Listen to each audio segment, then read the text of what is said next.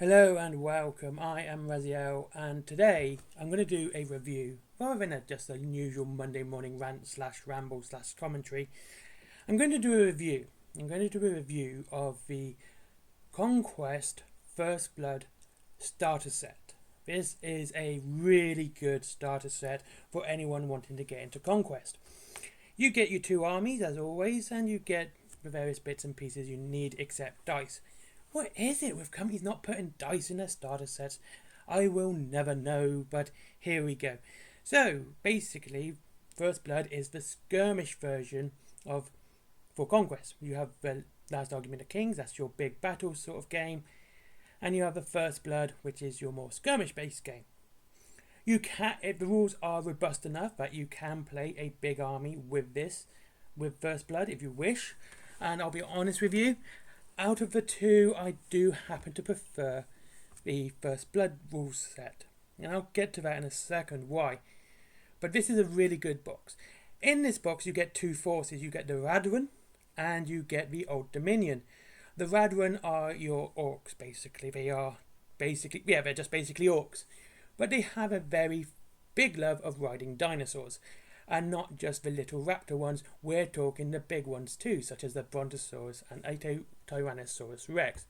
And yes, those models are available, and given that they are large models, you're going to be expected to pay around about £100 for each. Though, like I said, these don't come in the box. The models in the box, you get a HQ for each, and you get 24 models for each as well. And one of the best things about this box is how you can make 8 different units, 4 for the Radwan and 4 for the Old Dominion, plus the HQs. So you have a nice choice here, and given it's a skirmish game, you can theoretically make all 8 units and still be able to use the game. But you would have to do like 2 units of Praetorians and a squad of Legionnaires for the Old Dominion. The Old Dominion are basically undead Romans. Their god died, they died, and apparently that didn't stop them. So, what do you get in the box? You get the Zeliarch. This is your HQ choice for the Old Dominion, and you get your Minecraft Predator for your Radwan. These are nice looking models. I am just showing the models off as a slideshow throughout this video, just to make it easier for you guys so you can just see what they all look like. And rather than having me go, oh, Zeliarch, pop up, and then almost half a second later you get the Predator. Just easier that way. And again, for the Old Dominion, you get 12 Legionnaires or Praetorian Guard, and you get 12 Kyrus or Moroi, again for the Old Dominion. For the Radwan, you get 12 Braves / Blooded, or 12 Hunters / Slingers. So you get a fair whack of models in this box as well. So it's 50 models in all, and they're well crafted. They look really nice. The Zeliarch was really fun to paint. I didn't go with the verdigris as you are seeing in this video, which is the way they did it. I've gone for more of a old-fashioned rust, as what Roman armor would look like nowadays. You know, the really old stuff that we see in museums. I've gone for the more rusty look rather than the verdigris. I mean, either way, they're your models. You get to do whatever you want. And this is one of the big high points of this box, if you're thinking of getting it. It's done one thing that I've never seen in any other starter set ever. You get 2 rulebooks. So if you split this box, if you decide to get this box and someone goes and you say, I want the Old Dominion, and someone goes, they'll get the Radwan, then not only are they getting the Radwan, they're getting a rulebook too. So they're getting everything they need to play the game. And even though the rules are free online from Parabellum Games, and I believe they are constantly updated as well. Like when they do any FAQs or erratas or whatever you want to call them, they actually do update the online rules as well. So the rule set, it is a basic cool rules. There's no law in it. It's just a basic A5 rulebook. All you really need for the game. Now, as I said, it is a skirmish game, which is one of my favourite ways of playing. Skirmish games are usually a lot quicker and a lot faster to play, because, you know, there's not much sizable miniature count, such as a big battle game. But, like I said, the rules are robust enough you could play a big army with it. And the reason I prefer First Blood is fact, you can use any model in the faction, I think, apart from some of the really big ones for First Blood, like the Fallen Divinity for the Old Dominion. But you can use them all with a single HQ. I'm not a big fan of, in the last argument of Kings, that HQ units are only restricted to whatever units they can actually take. Which brings me on to one of the points of this box. In this box you get the two factions and they work for the First Blood.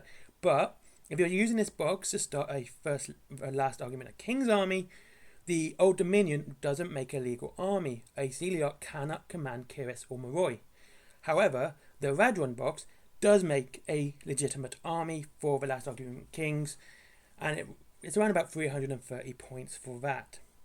And for the First Blood, because the rule set is slightly different, they come to around about 800 points each for the First Blood. So it's a pretty sizable force for the First Blood straight away. And it's a really fun force to do as well. Now, as I was saying, my one issue is that the fact the Old Dominion doesn't make a legitimate army for the Last Argument of Kings. But this isn't a Last Argument of Kings box set, it's a First Blood box set. And for that, it works really well. You get, inside the box, you get the 2 rule books. You also get a small campaign book as well. And basically, it's just the story and missions. That's it. And the missions are wide enough in scope that you can use any army to do these campaigns. You also get your instructions as well. But that's by the by. I mean, you'd hope you get the instructions in a box. And they're all in plastic. There's no resin, no metal. They're all plastic and beautifully made. They're lovely made. It's a nice plastic to work with. I've had very little issues with them. I've built some spires for the Last Argument of Kings, and one of the things I've noticed is that with Parabellum games, I rarely see any mold lines or real big mold line issues. They're kind of not there. You're not going to be spending a lot of time scraping off the mold lines. There are some, but I've never seen them as good as this. Would be what I would say. The Celiac. Now let's talk about the model. The Celiac is one of my favourite looking models. It's nice and heroic. It's got a nice stance, and he looks like a dead Roman soldier. Exactly what he's meant to look like. The Predator looks like a big guy. He looks massive, and that he can really do some damage. He looks almost like a proper orc / sumo wrestler. That's the best way I can put it. And he looks really good. As all the other models, they do look good. And having that choice where you can make Praetorians or Legionnaires or Braves or Blooded gives you a lot of choice and stuff you can go with. Like, you could just go with Rule of Cool. I'm going to be doing Slingers just because they look cooler than the other ones. Braves, Blood. I forgot what they're called now, and I just mentioned them. Anyway, by the by. So, it's a well worth it box. It's £100 on Parabellum Games. Well, it's €100 or $100 US. And that's how much it's going to sting you. And it's, like I said, it's a massive box. When you see a box which says they say, oh, it's full brimming, this is not any form of hyperbole on Parabellum's part. It really is a full brimming box of models. When you open the box, you'll see it, all the sprues so tightly packed side to side. You kind of have to pull 1 or 2 out at one time just to get it. You also get the upgrade sprues for this Old Dominion, and I believe and you get some extra bits for the Red One as well. So once again, you're getting some nice upgrade parts as well, so you can actually make some nice looking models. I'm definitely going to be doing the banner bearer for my Old Dominion because it's going to look really cool. And it's that proper old Roman style as well. And you get lots of extra bits too, like extra plumes, spare heads, extra weapons, which you can all use as well. And one of the things I really love is the lore. The fact that you got, and how different it is. I've not seen undead Romans in a tabletop wargame ever. And as for orcs riding dinosaurs, that just sounds like the coolest thing on the planet. It's only second to Theodore Roosevelt riding a dinosaur.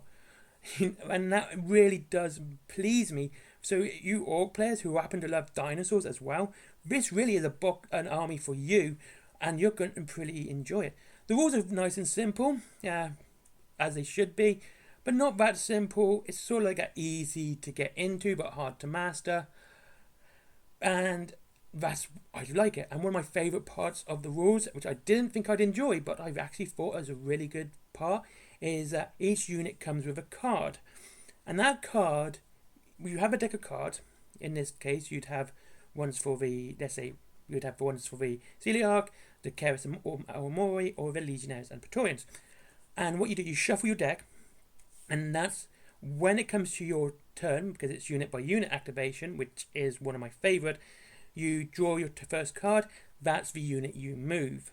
It adds a little bit of more tactical thinking for a rule set like this, because you're not 100% sure of what you're going to play next. And on each card is a QR code, which gives you the rules on the app, which is free. They have a free army builder app as well. Almost every Power Bonum Games have really shown their love for their community via this game. So, thank you very much for watching. I hope you enjoyed this video. As always, the link to Wayland Games down below if you wish to save your money on wargaming, up to 20% off, and free delivery off to £20. There's Forbidden Planet for comics, DVDs, merchandise, all that cool stuff. There's my merchandise, cups, t-shirts, all the artwork done by me, my comics. If you want to see Little Red Riding Hood go ham on some Lovecraftian cyborg werewolves. There's Skyforge as well, because Skyforge is cool and he's a good friend of mine. Always give him a link, click. Let's get him up in that algorithm. And finally, there is Patreon, because business. Bye bye.